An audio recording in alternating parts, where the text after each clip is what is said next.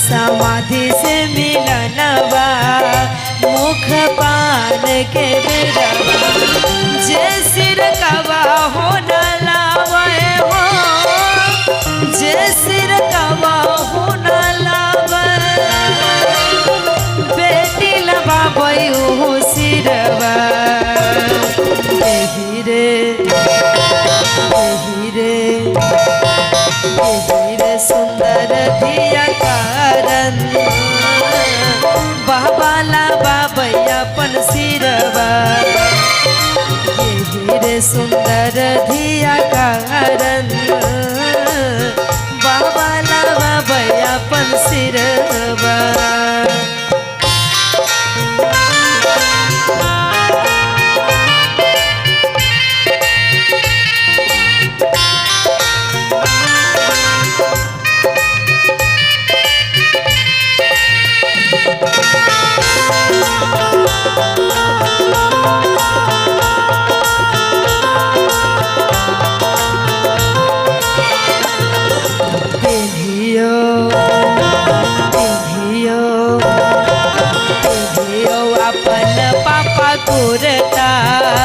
मुख पान के बेरवा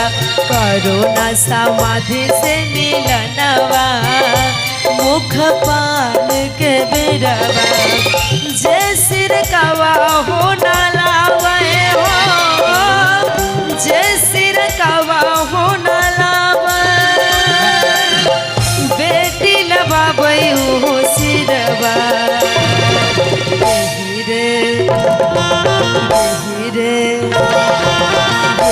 रे सुंदर धिया कारण पापाला बाबैयापन सिरवा यही रे सुंदर धिया कारण पापाला बाबैयापन सिरवा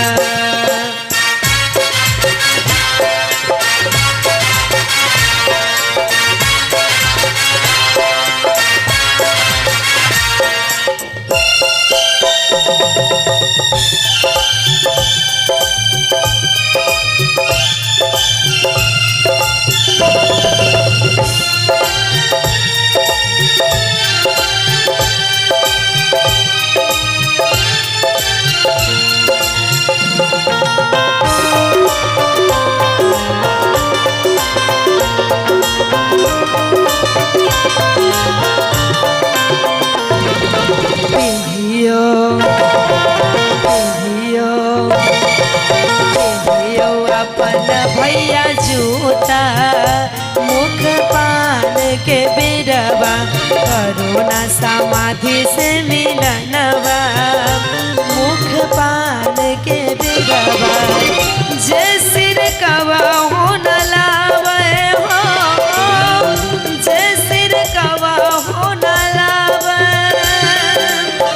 बहिनी लबाबै हो सिरवा यही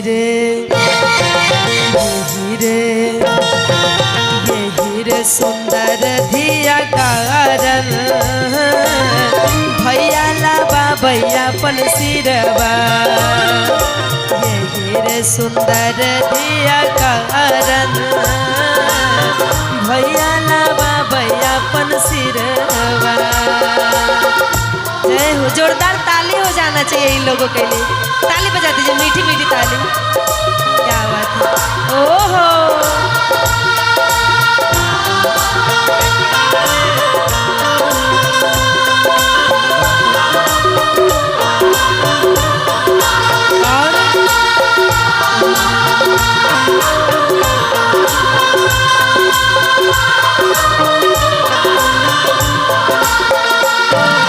बांधो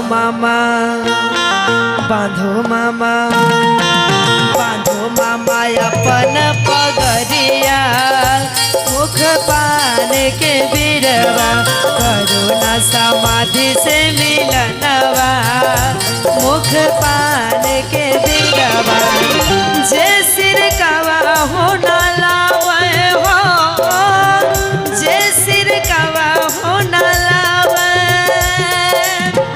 भैगनी लबाबै हो सिरवा यही रे